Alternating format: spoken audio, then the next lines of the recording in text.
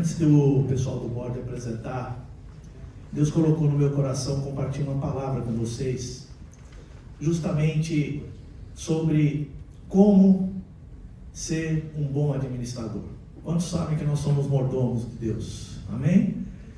E isso, Deus tem me dado essa autoridade pelos tudo que eu tenho passado e tudo que eu aprendi. Eu queria compartilhar um pouco com vocês. Eu quero começar essa palavra abrindo o meu coração com vocês, como líderes, como irmãos queridos e companheiros nessa caminhada. Houve um tempo na minha vida que eu confundi provisão com posse. Eu confundia o que era provisão e o que era posse. Eu acreditava em Deus, eu servia a Deus, mas no fundo, o dinheiro ocupava um lugar que não era dele. Eu achava que aquilo que eu tinha era meu, e que eu controlava, e que eu decidia sobre isso. E sabe, amados, e essa mentalidade de querer controlar, de querer decidir, me levou a escolhas erradas, me levou a quedas profundas e consequências reais na minha vida. E foi depois da queda, quando eu cheguei nesse lugar, que Deus começou a tratar algo essencial dentro de mim. E Ele me mostrou a raiz do problema. A raiz era o desejo de ter controle, de ser autossuficiente, porque a Bíblia diz que a raiz de todos os males é o amor aos recursos, ao dinheiro. Não o dinheiro em si, mas o amor. A necessidade de estar no controle, de ser autossuficiente, de não depender de Deus, não depender de ninguém. Esse é o problema. E aí, dentro dessa crise, uma das coisas que Deus me mostrou, e nessa época eu tinha 5 empresas. Tinha uma empresa de transporte, uma empresa de tecnologia, uma empresa de trade, tinha uma fábrica de computador em Manaus e uma empresa de internet. E aí, nesse processo todo, um dia, Deus falou muito forte comigo, me mostrou a raiz. Eu liguei para minha esposa, de dentro daquela cárcere, e disse para ela: Deus falou que é para fechar tudo. Eu vou sacrificar o Isaac. Ela falou: como assim fechar? Não vai vender? Eu falei: não é para vender nada. Deus não quer que venda nada, é para fechar. Procura um advogado, procura um contador, e encerra tudo. Uma coisa é você fechar uma empresa em bancarrota ou em prejuízo. Outra coisa, a empresa dava lucro, tinha funcionários. Então ela passou por um perrengue, uma situação muito difícil. Mas através dessa oferta, desse sacrifício de entregar e reconhecer, Deus começou a transformar a nossa vida. E me mostrou que eu não sou dono de nada. Me mostrou que tudo é dele e que eu sou apenas um administrador. Você é apenas um administrador. E a palavra diz em Romanos 8,36, porque dele, por ele e para ele são todas as coisas. E sabe, queridos, quando isso desce do nosso entendimento para o nosso coração, tudo muda. Todas as coisas mudam. Muda a forma que nós ganhamos, muda a forma que nós gastamos, muda a forma que nós guardamos e principalmente a forma como nós confiamos em Deus, porque desceu no coração. E um dos princípios que eu aprendi quando Deus começou a restaurar a nossa vida, Ele mostrou o que eu tinha que fazer, depois que eu larguei tudo, eu falei: agora o que eu vou fazer?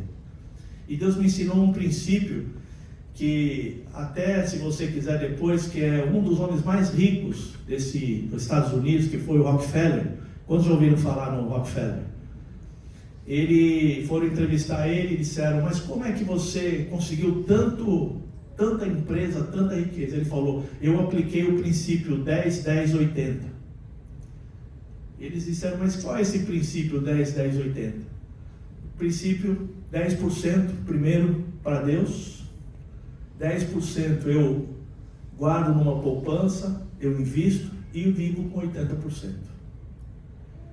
E aí isso chamou a atenção e nós começamos a aplicar esse princípio. 10, 10, 80. Vamos viver com 80. Vamos administrar nossa vida. Vamos reavaliar tudo. O que a gente está vivendo? Por que a gente tem que gastar tanto? Aí saímos de uma casa grande, ela dirigia Mercedes, tinha todo esse status por causa da companhia. Baixamos o nosso padrão para 20% do que a gente gastava. Fomos morar numa casa ok, modesta, um townhouse. Começamos a viver carro quitado e Deus começou a transformar. Porque eu tinha uma casa grande, mas eu chegava em casa e cada um estava num lugar. A família não tinha, não olhava, não tinha tempo para conversar. E quando a gente foi para esse townhouse apertadinho, era todo mundo na sala junto, né, Suzy? E a gente começou a restaurar, Deus começou a restaurar a minha família. E isso não é uma fórmula mágica, mas é um princípio espiritual.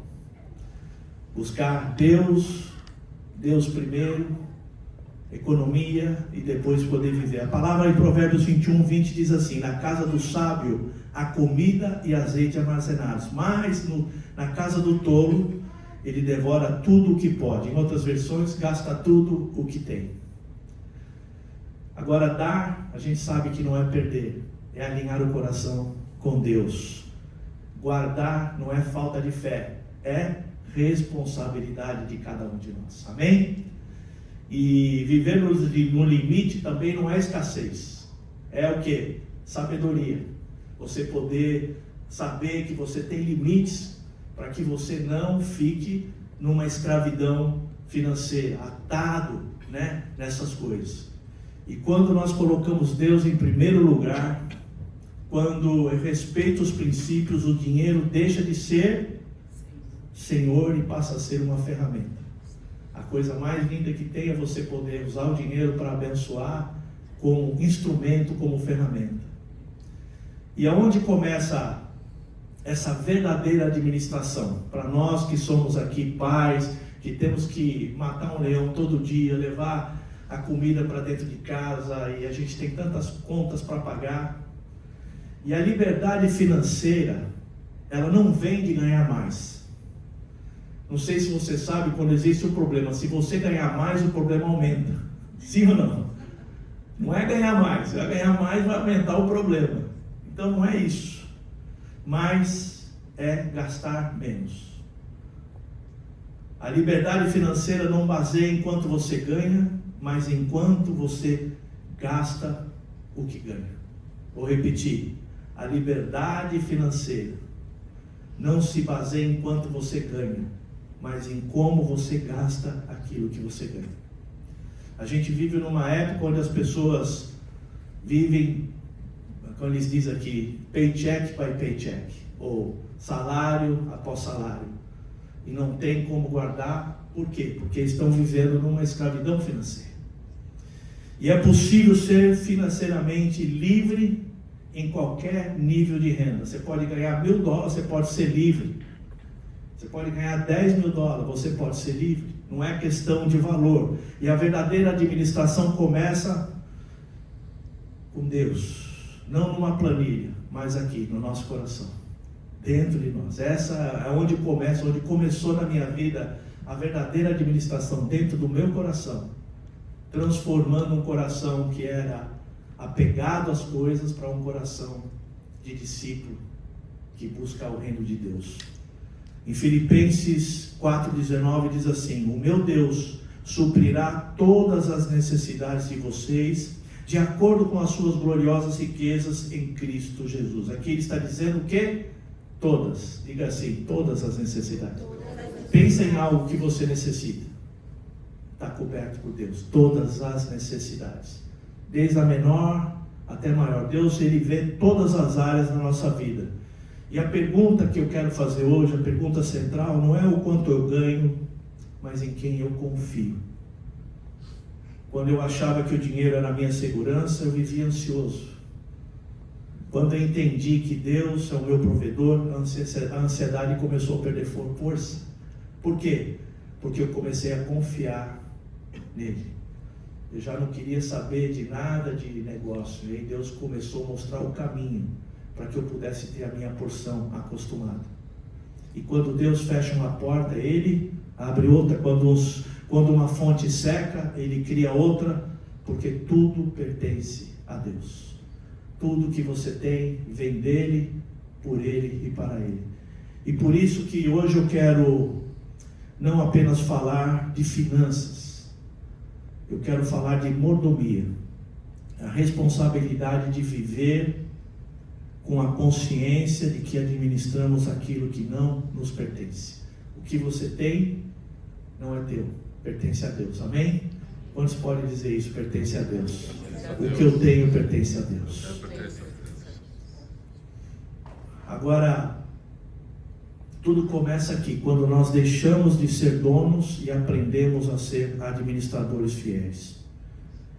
E eu quero deixar muito claro, algo claro com vocês, antes de nós avançarmos para concluir. Hoje eu não estou falando de alguém que acertou em tudo. Eu estou falando de alguém que aprendeu depois de errar. Aprendeu depois de passar por muita luta. E sabe, queridos, e que entende que a vida financeira saudável começa com uma responsabilidade pessoal. Dizer, eu quero sair da escravidão financeira. Eu quero ter uma vida que eu possa não só contribuir, investir no reino, suprir as necessidades da minha família e poder abençoar os meus irmãos. E nós estamos aqui numa reunião de prestação de contas, porque Deus confia os recursos à sua igreja, que somos nós. Todos esses recursos que eles vão mostrar, somos nós que temos a responsabilidade de ajudar a administrar. E esses recursos passam pelas nossas mãos. E a pergunta não é, será que a igreja tem dinheiro, a igreja não tem dinheiro? A questão não é ganhar muito ou pouco, ou contribuir muito ou pouco. A pergunta bíblica hoje é, somos administradores fiéis daquilo que Deus colocou sobre a nossa responsabilidade? Essa é a pergunta essa noite. Somos fiéis administradores? E tem um texto que eu quero ler, se você puder abrir, Lucas, Evangelho de Lucas,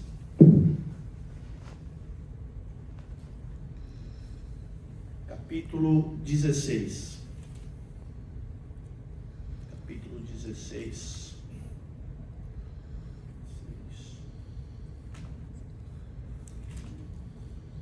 Se você puder abrir. Lucas 16, versículo 8. É interessante essa história, sempre me chamou a atenção. Jesus está conversando com seus discípulos e ele dá um exemplo de um administrador que foi astuto, ou fez lá um jeitinho lá para enrolar. Ele ia perder o emprego. E Jesus fala algo interessante no versículo 8. Quem pode ler para mim aí? Quem pode ler bem? Fica de pé e lê. Vai lá, Soninha. O Senhor elogiou o administrador desonesto, porque agiu com astúcia, pois os filhos deste mundo são mais astutos no trato uns com os outros do que os filhos da luz. Amém? Pode ler o 9 também, aproveita. Por isso eu digo, usem a riqueza deste mundo ímpio para ganhar amigos, de forma que, quando ela acabar, estes os recebam nas moradas eternas. Amém? Ele está dizendo aqui, esse administrador, ele foi astuto. E ele dá um exemplo que os filhos das trevas, os ímpios, são mais astutos nos seus negócios do que os crentes. Você toma por base a situação política. Os caras da política, eles se unem da esquerda, vamos dizer assim, né? O pessoal da esquerda vai lá, eles fazem presepada, enrola, e todo mundo estão sempre unidos. Aí o pessoal da direita fica brigando, fica com picuinha um com o outro, e sai perdendo. E no mundo é assim. Então ele está dizendo assim, olha, vocês precisam ser mais espertos com as coisas do reino. E ele diz no versículo 10 assim, quem é fiel no pouco, também é fiel no muito. Aí segue no versículo 10, tá? E quem é desonesto no pouco, também é desonesto no muito. Assim, se vocês não forem dignos de confiança em lidar com as riquezas desse mundo ímpio, quem lhes confiará as verdadeiras riquezas? Se vocês não forem dignos de confiança em relação ao que é dos outros, quem lhes dará o que é de vocês? Nenhum servo pode servir a 2 senhores, pois odiará um e amará o outro, ou se dedicará a um e desprezará o outro. Vocês não podem servir a Deus e ao dinheiro. Então, o que mais me chama a atenção é que ele fala assim: use esses recursos, não para comprar as pessoas, ele diz assim, para ganhar vidas, mas para investir no reino de Deus. Porque através dessa semente, pessoas vão se converter. E quando você chegar na eternidade, quem vai receber você? Essas pessoas vão dizer: por causa dessa semente eu estou aqui, por causa daquilo que você fez eu estou aqui. Você não me conhece, mas eu ouvi, e hoje eu estou aqui na eternidade por sua causa. E é isso que Jesus está dizendo. Se você sabe que você vai passar um período aqui na terra, e logo você vai passar toda a eternidade, ele está dizendo assim: pense nas coisas do alto, comece a ver os teus recursos como sementes, para poder levar o maior número de pessoas para a eternidade, amém? E é isso que chama atenção. E antes de Deus confiar mais, ele observa como lidamos com o que já temos. Toda vez que Deus vai abençoar, ele olha como eu e você temos administrado o que ele já nos deu. Como eu tenho administrado isso? Por isso os princípios que Deus tem nos dado, não é só para a sua vida pessoal, ele tem a ver com a nossa liderança, tem a ver com a igreja, a forma como nós gerimos recursos, a forma como nós administramos as pessoas, tudo isso faz parte daquilo que Deus nos deu. E quem não aprende a administrar dinheiro, dificilmente administrará bem a autoridade. Vou repetir. Quem não aprende a administrar dinheiro, dificilmente administrará bem a autoridade. Se Deus quer dar autoridade, ele olha como você vai administrar o seu dinheiro, seus recursos. E Jesus falou mais sobre dinheiro na Bíblia do que o céu. Você pode ver os versículos, ele fala, e assim a gente tem que entender. E para concluir, eu quero trazer 2 princípios. Primeiro, Deus é o dono de tudo e nós somos administradores. Salmo 24:1 diz assim: do Senhor é a terra e tudo o que nela existe. Repita comigo: do Senhor é a terra e tudo o que nela existe. Tudo pertence ao Senhor. A nossa vida, todas as coisas que foram criadas, Deus é o dono de tudo. E quando nós achamos que somos dono, como eu no passado, aí nós defendemos, controlamos, retemos e temos medo de perder. E o medo de perder é o que tira o sono de muita gente. O salmista disse assim: em paz eu me deito e logo pego no sono. Quando a pessoa tem medo de perder, ou está numa crise financeira, o salmo muda de eu me deito e não consigo dormir, porque tua dinheiro não me deixa sossegado. Sim ou não? Quantos já passaram uma crise e não conseguia dormir? Eu já. Talvez você não, glória a Deus. Mas é verdade. Tira o sono. Agora, quando nós entendemos que nós somos administradores, aí acontece algumas coisas. Nós vamos prestar contas, planejamos, obedecemos e confiamos no Senhor. O problema nunca foi o dinheiro. O problema sempre foi a ilusão do controle. Eu quero controlar, é meu e eu vou tomar as minhas decisões. E a segunda coisa é, a fidelidade não é emocional, ela é prática. Em Lucas 14:28 diz assim: quem de vocês querendo construir uma torre, não se assenta primeiro para calcular o custo, para ver se tem dinheiro suficiente para completá-la? A Bíblia chama de sabedoria aquilo que muitos chamam falta de fé.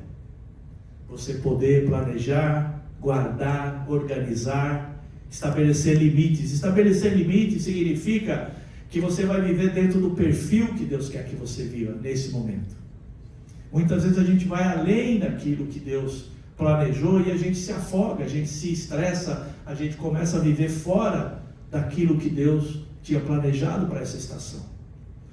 E a palavra chama de insensatez espiritual, viver sem controle, gastar tudo, não saber aonde foi o dinheiro. A pior coisa de alguém chegar no final do mês e fazer essa pergunta: aonde foi parar o meu dinheiro? Quantos já sentiram isso alguma vez na vida? Eu já. 2 pessoas só levantaram a mão. Acho que todo mundo um dia chegou: onde será que foi parar o meu salário? Esse mês eu ganhei mais e agora está faltando, como é que pode? Sim ou não?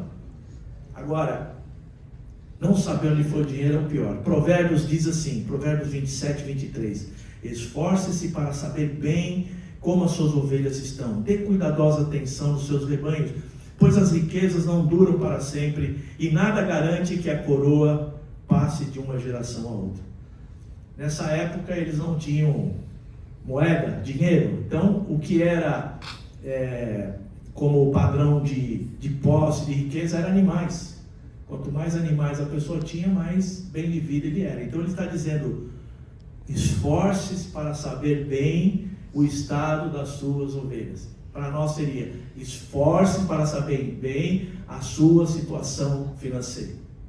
Põe atenção, cuide, pois as riquezas não duram para sempre e nada garante que vai dar tudo bem. Nós estamos vivendo um momento agora que alguns gurus aí dessa tecnologia estão prevendo uma crise. O ouro agora multiplicou 100 vezes, estava 1.000, já está 5.000 o preço do ouro.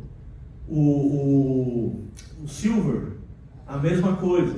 E toda vez que há uma corrida para ouro e silver, significa que as pessoas estão com medo de alguma coisa que vai acontecer.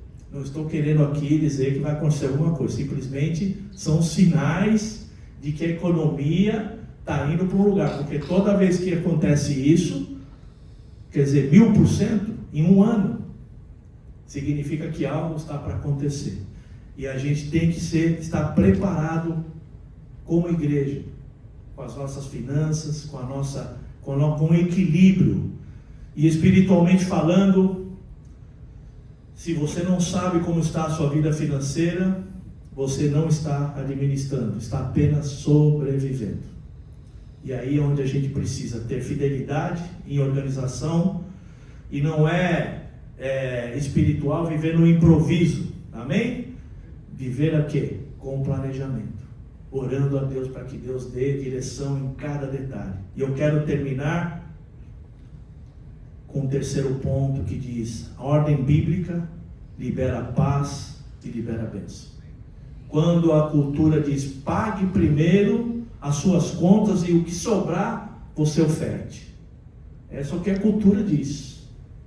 Mas Deus diz assim, em Mateus 6,33: busquem em primeiro lugar o reino de Deus, a sua justiça, e todas as coisas lhe serão acrescentadas. Quando nós colocamos Deus em primeiro lugar, o coração entra em ordem, as decisões ficam mais claras, a ansiedade diminui. E o Provérbios 21:5 diz assim: os planos bem elaborados levam à fartura, mas o apressado sempre acaba na miséria. Planejar não é falta de fé, planejar é cooperar com Deus. Um líder sem planejamento acaba transferindo estresse para quem está debaixo. A mulher fica estressada, o filho fica estressado e acaba estressando até os discípulos. Não sei se você sabe. Sim ou não? Agora, uma vida ordenada honra a Deus. E para concluir, Salmo 50:23 diz assim: o que oferece sacrifício de ação de graça, esse me glorificará. E aquele que ordena bem a sua vida, seu caminho, esse eu mostrarei a salvação. Amém? Eu quero orar nesse momento. Queria convidar você a fazer algo simples. Coloque o seu coração diante de Deus nesse momento. Coloque a sua vida financeira diante de Deus. Coloque os seus planos diante de Deus. Esse não é um momento de acusação, é um momento de alinhamento. Nos preparar para o que Deus quer fazer na nossa vida. Todos nós lideramos algo, todos nós administramos algo. Em tudo o que temos, passa primeiro pelas mãos de Deus. Em Coríntios 1, 1 Coríntios 4, além disso, que se requer dos despenseiros é que cada um seja encontrado fiel. Feche os teus olhos, baixa a sua cabeça. Quero orar nesse momento, Senhor, pela tua igreja, por nós. Nós estamos aqui, Pai, como igreja, conscientes de que nada nos pertence de fato. Reconhecemos que hoje, que tudo vem de Ti. Tudo é sustentado por Ti e existe para a Tua glória. Perdoa, Senhor, quando deixamos o dinheiro, o controle ou o medo ocuparem o lugar que pertence somente ao Senhor. Perdoa, Senhor, toda a má gestão, administração, que a gente possa, Senhor, ser bons administradores. Ensina-nos a ser bons administradores do tempo, dos recursos, das pessoas que o Senhor tem nos dado para acompanhar, da cosmovisão que o Senhor tem falado, do Evangelho que o Senhor tem sido ministrado, que o Senhor confiou a nós, Pai.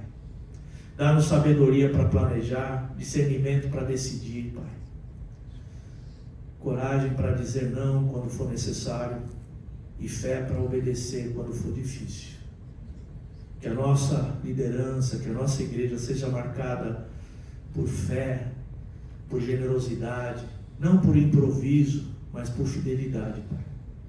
Não por ansiedade, mas por confiança no Senhor. Consagramos diante do Senhor as nossas finanças pessoais, nossas decisões, nossa casa. E que tudo que nós administrarmos, Senhor, honre o Teu nome e abençoe as pessoas que tem do nosso lado. Agora repete assim comigo, em nome de Jesus. Em nome de Jesus, Eu declaro que o Senhor é dono de tudo. Que eu sou apenas um administrador. Me unge, Senhor. Me dá sabedoria. Eu entrego a Ti as minhas finanças. Que eu possa semear, ser um investidor do Teu reino, para a Tua glória. Em nome de Jesus. Amém e amém. Glória a Deus. Queria chamar os irmãos do board agora, né? Tarcísio vai falar um pouco sobre finanças. Amém, irmãos. Queria chamar o board aqui. É uma reunião de prestação de contas.